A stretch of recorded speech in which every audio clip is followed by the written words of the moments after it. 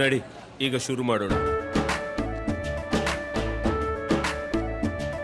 ಕೇಸರಿಯಿಂದ ಮನೋಲ್ಲಾಸ ಮನಸ್ಸು ಮತ್ತೇರಿ ಕುಣಿದಾಡಿದೆ ನೋಡು, ಮನಸ್ಸು ಮತ್ತೇರಿ ಕುಣಿದಾಡಿದೆ ನೋಡು.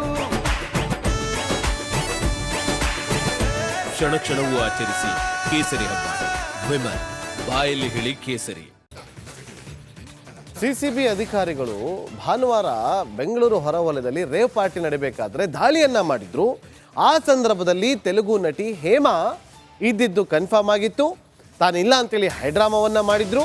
ಅದಾದ್ಮೇಲೆ ಅಧಿಕಾರಿಗಳು ಇದ್ರು ಅಂತ ಕನ್ಫರ್ಮೇಷನ್ ಕೂಡ ಕೊಟ್ಟರು. ಈಗ ಸಂಕಷ್ಟ ಎದುರಾಗ್ತಾ ಇದೆ ರೇವ್ ಪಾರ್ಟಿ ಕೇಸ್ನಲ್ಲಿ ನಟಿ ಹೇಮಾಗೆ. ನಟಿಯ ತಲೆಗೂದಲು ಮಾದರಿ ಪರೀಕ್ಷೆಗೆ ಮುಂದಾಗಿರುವಂಥ ಸಿಸಿಬಿ ತನಿಖಾ ತಂಡ ಡ್ರಗ್ಸ್ ಸೇವನೆಯ ಬಗ್ಗೆ ರಕ್ತದ ಮಾದರಿ ಪರೀಕ್ಷೆಯನ್ನು ಮಾಡೋದಕ್ಕೆ ಮುಂದಾಗಿದೆ. ಪರೀಕ್ಷೆಯಲ್ಲಿ ಪಾಸಿಟಿವ್ ಬಂದ ಬಳಿಕ ಮತ್ತೊಂದು ಟೆಸ್ಟ್ ಅನ್ನು ಮಾಡ್ತಾರೆ. ಹೇಮಾಗೆ ನೋಟಿಸ್ ನೀಡಿ ವಿಚಾರಣೆಗೆ ಕರೆಯುವಂತ ಸಾಧ್ಯತೆಗಳು ಕಂಡು ಬರ್ತಾ ಇದೆ. ರೇವ್ ಪಾರ್ಟಿ ಕೇಸ್ನಲ್ಲಿ ನಟಿ ಹೇಮಾಗೆ ಸಂಕಷ್ಟ.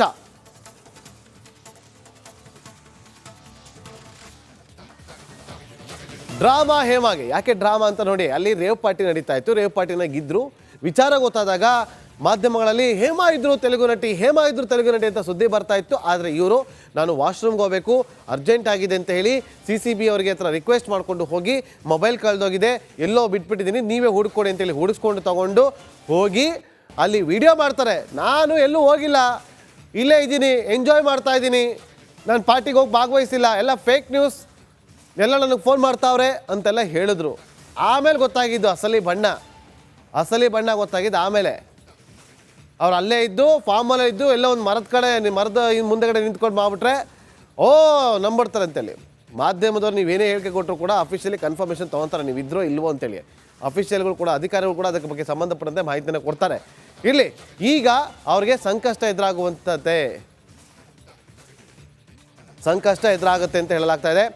ಈ ವಿಚಾರವಾಗಿ ಮಾಹಿತಿಯನ್ನು ಕೊಡೋದಕ್ಕೆ ನಮ್ಮ ಪ್ರತಿನಿಧಿ ಅಜಯ್ ಈಗ ಲೈವ್ನಲ್ಲಿ ಜಾಯ್ನ್ ಆಗಿದ್ದಾರೆ. ಅಜಯ್, ಏನಾಗ್ಬೋದು ನಟಿ ಹೇಮಾ ವಿಚಾರವಾಗಿ?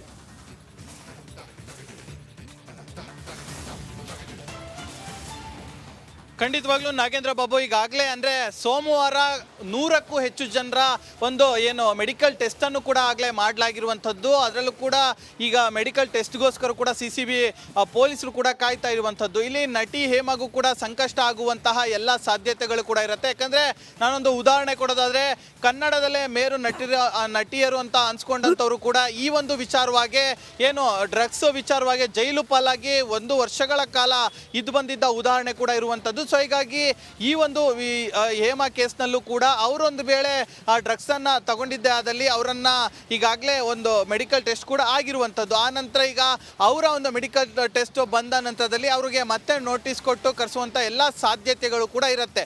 ಬರೀ ಹೇಮಾ ಅಷ್ಟೇ ಅಲ್ಲ, ಅಲ್ಲಿ ಹೋಗಿರುವಂಥ ಯಾರ್ಯಾರ ಮೆಡಿಕಲ್ ಟೆಸ್ಟ್ ಏನಿದೆ ಅದರಲ್ಲಿ ಯಾರ್ಯಾರ್ದು ಪಾಸಿಟಿವ್ ಬರುತ್ತೆ ಅವರೆಲ್ಲರಿಗೂ ಕೂಡ 101 ಜನದ್ದು ಅವತ್ತಾಗಿರುವಂಥದ್ದು. 101 ಜನಕ್ಕೂ ಕೂಡ ನೋಟಿಸ್ ಕೊಟ್ಟು ಕರೆಸುವಂಥ ಸಾಧ್ಯತೆಗಳಿರುತ್ತೆ. ಒಂದು ವೇಳೆ ಅವ್ರದ್ದು ಇಲ್ಲ ಇವರು ಡ್ರಗ್ಸ್ ತಗೊಂಡಿದ್ದಾರೆ ಅಂತ ಹೇಳಿ ಪಾಸಿಟಿವ್ ಬಂದಿದ್ದೆ ಆದಲ್ಲಿ ಅದರಲ್ಲೂ ಕೂಡ ಪ್ರಮುಖವಾಗಿ ಹೇರ್ ಸ್ಯಾಂಪಲ್ಸ್ಗಳನ್ನ ತಗೊಳ್ತಾರೆ.